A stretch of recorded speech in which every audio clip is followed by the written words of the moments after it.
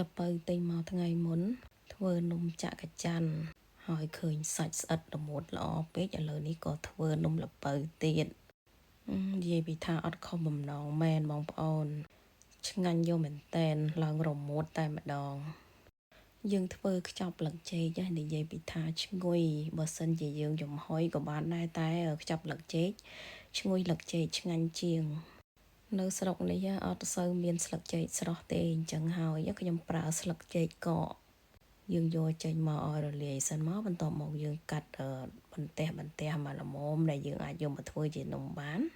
រួចហើយយើងដាំទឹកឲ្យពុះបន្ទាប់មកខ្ញុំយកស្លឹកចេកនោះទៅស្រុះយើងស្រុះអញ្ចឹងល្អជាងយើងយកទៅហាលពេលដែលស្រុះអញ្ចឹងទៅអូនិយាយពីថាចេញដីឡើងខ្មៅទឹកតែម្ដង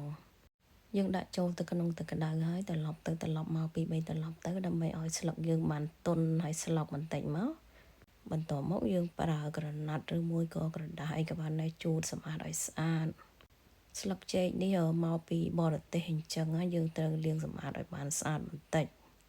កាលមុនខ្ញុំកម្ដៅនៅនឹងភ្លើងគឺទន់ដូចគ្នាទេគ្រាន់តែថាវាអត់ស្អាតដីដូចយើងស្រុះទឹកក្តៅអញ្ចឹង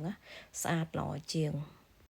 ពេលដែលយើងស្រុះត្រូវទឹកក្តៅអញ្ចឹងទៅស្លឹកគឺឡើងខៀវដូចថ្មីអញ្ចឹងហើយស្លឹកចេកដែរបើយើងទិញមកខុសម៉ាកគឺយកមកដាច់រហែកអត់ល្អទេតែម៉ាកនេះខ្ញុំទិញមកស្លឹកធំល្អហើយបើសិនជាយើងយកមកធ្វើអន្សមអីដឹងតែត្រូវហ្មងដោយសារស្លឹកវាធំហើយក្រាស់ល្អឥឡូវនេះខ្ញុំមានល្ពៅចំនួន780ក្រាមបងប្អូនអាចដាក់1គីឡូក៏បានដែរធម្មតាបើសិនជាយើងកោសទាំងសម្បកគឺថាស្រួលកោសជាងតែដោយសារខ្ញុំមុនដំបូងខ្ញុំអត់គិតចង់ធ្វើនំល្ពៅទេចឹងហើយខ្ញុំក៏ចាត់សម្បកអស់តែម្ដងតែអីយើងយកមកកោសមកគ្រាន់ថាពិបាកជាងយើងកោសទាំងសម្បកបងប្អូនអាចឈូសនិងប្រដាប់ឈូសល្ហុងក៏បានឬមួយក៏ឈូសនឹងកាំបិតមុខពីរក៏បានដែរបន្ទាប់ពីឈូសល្ពៅរួចរាល់ហើយឥឡូវនេះខ្ញុំប្រើខ្ទិះដូងដើមចំនួន200មីលីលីត្រស្ករស100ក្រាមម្សៅអង្ករខ្សាយ150ក្រាមដូងកោសបងប្អូនអាចដាក់បានតាមការចូលចិត្តឬមួយក៏អត់មានបងប្អូនមិនបាច់ដាក់ក៏បានដែរហើយអំបិលខ្ញុំដាក់កន្លះស្លាបព្រាកាហ្វេបន្ទាប់ពីលាយគ្រឿងចូលគ្នាទាំងអស់ហើយឥឡូវនេះយើងច្របល់យើងប្រើដៃច្របល់អញ្ចឹងទើបចូលល្អយើងច្របល់រហូតតតែល្ពៅយើងបានទន់ហើយនឹងចូលសព្វសាច់គ្នាល្អគ្រឿងដែលខ្ញុំដាក់ប៉ុណ្ណឹងគឺថាល្មមផ្អែមអីល្មមតែម្ដងក្រោយពីយើងលាយល្ពៅរួចហើយឥឡូវនេះយើងមកឆ្លៀតដាក់ដាំទឹកចោលសិនពេលដែលដាំទឹកហើយយើងមកដាក់ខ្ចប់នំខ្ញុំប្រើស្លឹកចេកមួយបន្ទះមកហើយយើងដួសល្ពៅ2ស្លាបព្រាបាយយើងដួស2ស្លាបព្រាបាយធំមក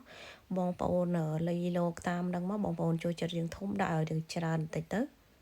បន្ទាប់មកយើងខ្ចប់អញ្ចឹងមកគឺថាងាយស្រួលហើយយើងគ្រាន់តែមូលហើយខ្ចប់ខាងក្បាលខាងចុងហើយយើងយករាងសំប៉ែតអញ្ចឹងទៅខ្ញុំធ្វើមិនសូវស្មើដៃទេខ្ញុំដាក់រាងម្ដងច្រើនម្ដងតិចតែអត់អីទេដោយសារយើងធ្វើហូបខ្លួនឯងហើយចំពោះប្រដាប់ឈូសល្ពៅផងដែរបើសិនជាបងប្អូនមានកម្របដបដូចខ្ញុំហើយយើងយកមកវាយដាក់នឹងឈើបងប្អូនចង់ឈូសល្ពៅក៏បានឈូសដូងក៏បានល្ពៅប៉ុណ្ណឹងខ្ញុំធ្វើបានប្រហែលជា20នំអីដែរចំពោះល្ពៅ780ក្រាមនេះហើយម្សៅអង្ករ150ក្រាមគឺថាឆ្ងាញ់មកល្មមតែម្ដងអត់រឹងហើយក៏អត់ជ្រាយពេកដែរទុកដល់ត្រជាក់ក៏នៅតែឆ្ងាញ់គឺអត់រឹងទេក្រោយពីរៀបចំនំដាក់ទៅចានចំហុយអស់ហើយឥឡូវនេះឃើញថាទឹកយើងក៏បានពុះល្អដែរខ្ញុំដាក់នំចំហុយរយៈពេល45នាទីយើងចំហុយរយៈពេលប៉ុណ្ណេះបងប្អូនមិនបាច់បើកមើលទេគឺថាឆ្អិនមកល្មមតែម្ដងឥឡូវនេះនំខ្ញុំបានឆ្អិនហើយខ្ញុំបិទភ្លើងទុកចោលមួយសន្ទុះដើម្បីឲ្យរាងចុះត្រជាក់បន្តិចខ្ញុំយកមួយមកហែកមើលឃើញថានំយើងគឺឡើងស្អិតរមួតឆ្ងាញ់មែនតែនបងប្អូនអាចហូបក្តៅក៏បានត្រជាក់ក៏បាន